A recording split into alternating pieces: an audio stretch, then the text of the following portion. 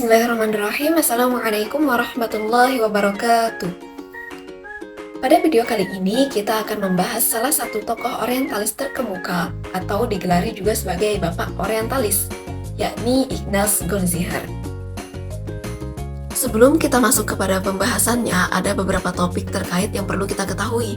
Yang pertama adalah biografi Ignaz Goldziher, kemudian pemikiran-pemikirannya, dan yang ketiga adalah kritik atas pemikiran-pemikiran Ignaz Goldziher.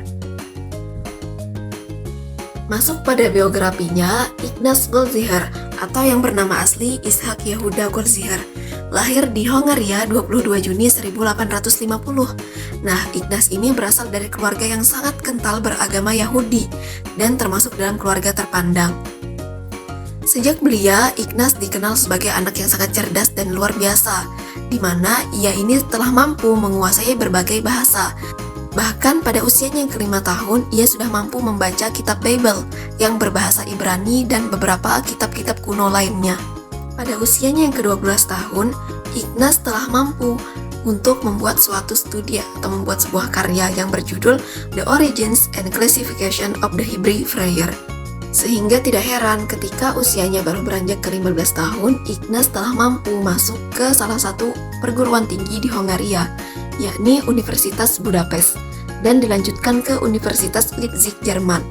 Karena hal ini, di usianya ke-20 tahun, ia telah mencapai gelar doktor. Sejak mengenyam pendidikan di Universitas Budapest, Ignaz telah tertarik dengan hal-hal terkait dengan ketimuran, seperti manuskrip-manuskrip Arab, bahasa-bahasa ketimuran, dan kitab-kitab klasik Arab lainnya. Akhirnya, terbersihlah di dalam hatinya untuk dapat berinteraksi secara langsung dengan tokoh-tokoh ilmuwan muslim dan mengenal Islam lebih jauh. Karena keinginannya inilah, Ignaz pun memberanikan diri untuk datang dan mendaftarkan dirinya di Universitas Al-Azhar sebagai universitas Islam tertua di dunia. Dan ia juga rela berpretensi menjadi seorang muslim agar dapat masuk ke universitas tersebut. Hal ini pun tidak sia-sia karena pada akhirnya ia pun dapat masuk ke Universitas Al-Azhar dan dapat berinteraksi langsung dengan masyaikh-masyaikh Al-Azhar di sana. Sehingga Ignaz menjadi tokoh non-muslim pertama yang dapat belajar langsung di Universitas Al-Azhar. Tidak hanya itu, untuk mengenal Islam lebih jauh, Ignaz juga datang ke negara-negara Islam terkenal lainnya seperti Palestina, Suriah, dan lain sebagainya agar dapat mengenal Islam lebih dalam. Setelah sekian lama hidup, pada 13 November 1921 di Budapest, Ignaz Goldziher menghembuskan napas terakhirnya pada usianya yang ke-71 tahun.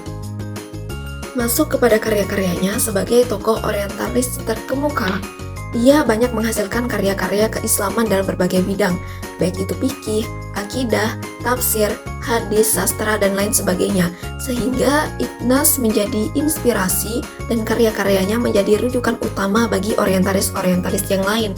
Nah, di antara karya-karyanya tersebut, Mohammedanism Studien menjadi karyanya yang paling monumental karena membahas sejarah agama Islam, terutama hadis dan sunnah. Juga ada karyanya seperti Mazahib Al-Tafsir Al-Islami yang membahas historitas perkembangan penafsiran Al-Quran. Juga beberapa karyanya yang lain yang membahas ajaran, bahkan aliran-aliran yang terdapat dalam Islam.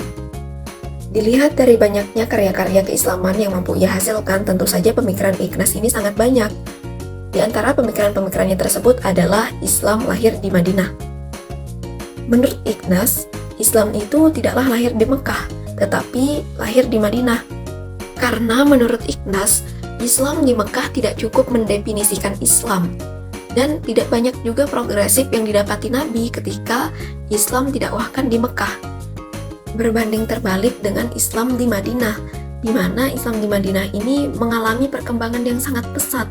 Bahkan Nabi dapat membangun dan memperluas infrastruktur agama Islam di Madinah.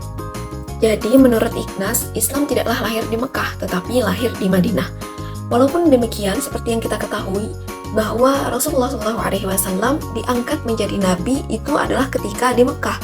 Dengan wahyu pertamanya adalah Quran Surah Al-Alaq ayat 1-5, di mana penurunan wahyu pertama ini merupakan isyarat bahwa Nabi telah diangkat sebagai Nabi dan telah mengemban risalah dakwah Islam. Jadi, Islam memang tetaplah lahir di Mekah, bukan lahir di Madinah. Pemikiran Ikhnas selanjutnya adalah Islam mengambil pelajaran dari agama sebelumnya. Dalam hal ini, Ikhnas berpendapat bahwa Islam adalah agama yang telah menyalin ritual keagamaan dari agama Yahudi dan Kristen. Contohnya adalah puasa Asyura, puasanya orang Yahudi, yang ketika Rasulullah SAW tiba ke Madinah dan melihat orang Yahudi melaksanakan puasa ini, maka Rasulullah SAW juga mengikutinya. Pendapat ini Ikhnas lontarkan karena pendekatan kritik historis yang dia lakukan, sehingga Ikhnas berkesimpulan bahwa Islam adalah agama yang sama dengan agama yang lainnya.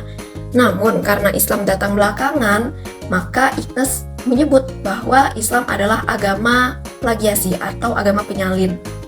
Sebenarnya pendapat Ikhnas ini tidak bisa sepenuhnya kita salahkan, namun tidak bisa kita benarkan pula. Mengapa? Karena jika kita melihat kepada sejarah kenabian, di mana agama Islam adalah agama yang dibawa oleh Nabi Muhammad, sedangkan agama Yahudi adalah agama yang dibawa oleh Nabi Musa, dan agama Kristen adalah agama yang dibawa oleh Nabi Isa. Yang ketiga nabi ini memiliki korelasi, yakni sama-sama diperintahkan atau diutus oleh Allah Subhanahu wa Ta'ala. Maka dari itu wajar jika ketiga agama ini memiliki kesamaan. Walaupun demikian, seperti yang kita ketahui bahwa Rasulullah SAW adalah nabi utusan Allah yang memiliki keistimewaan daripada nabi-nabi lainnya, sehingga agama Islam yang dibawa oleh Rasulullah juga memiliki hal yang lebih daripada agama lainnya. Sehingga agama Islam yang dibawa oleh Nabi Muhammad telah mengintegritaskan seluruh syariat dari zaman Nabi Adam hingga ke zaman beliau. Ibarat sebuah bangunan yang belum rampung, agama Islam adalah agama yang menjadi penyempurna daripada bangunan tersebut. Selanjutnya pemikiran Ikhnas terkait dengan Al-Quran, di mana Al-Quran memang target utama serangan orientalis karena merupakan sumber utama daripada agama Islam. Dalam hal ini, Ikhnas mengatakan bahwa Al-Quran merupakan karangan Nabi Muhammad SAW. Alasannya adalah karena dulu Rasulullah SAW merupakan seorang pedagang sebelum diangkat menjadi Rasul. Yang melalui perdagangan ini, bisa saja Rasulullah SAW memiliki hubungan dengan para ahli kitab. Oleh karenanya, Ikhnas beranggapan bahwa Al-Quran merupakan karangan Nabi Muhammad bersama sekelompok cendekiawan ahli kitab yang mempercayainya. Namun, pemikiran Ikhnas ini tidaklah terbukti benar, karena sampai detik ini tidak ada seorang pun yang mengaku dirinya pernah bekerja sama dengan Rasulullah untuk membuat Al-Quran. Jikalau pemikiran ini benar, sudah pasti akan datang orang-orang yang memang pernah bekerja sama dengan Rasulullah membuat Al-Quran. Selain itu, Ikhnas juga beranggapan bahwa Al-Quran ini merupakan sumber ajaran yang tidak mampu menjawab problematika yang ada, karena isinya itu hanya berkisar pada dasar-dasar hukum saja. Hal ini tentunya dibantah oleh cendekiawan muslim kita, karena selama ini banyak sekali disiplin-disiplin ilmu yang telah lahir berkat Al-Quran seperti ulumul Quran, ulumul hadis, tafsir, dan lain sebagainya.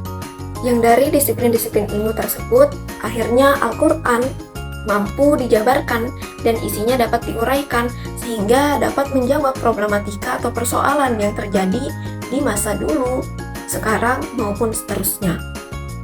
Pemikiran selanjutnya adalah terkait dengan kodifikasi hadis, di mana sebelum itu perlu kita ketahui bahwa pengertian hadis maupun sunnah menurut Ikhnas itu berbeda dengan kita.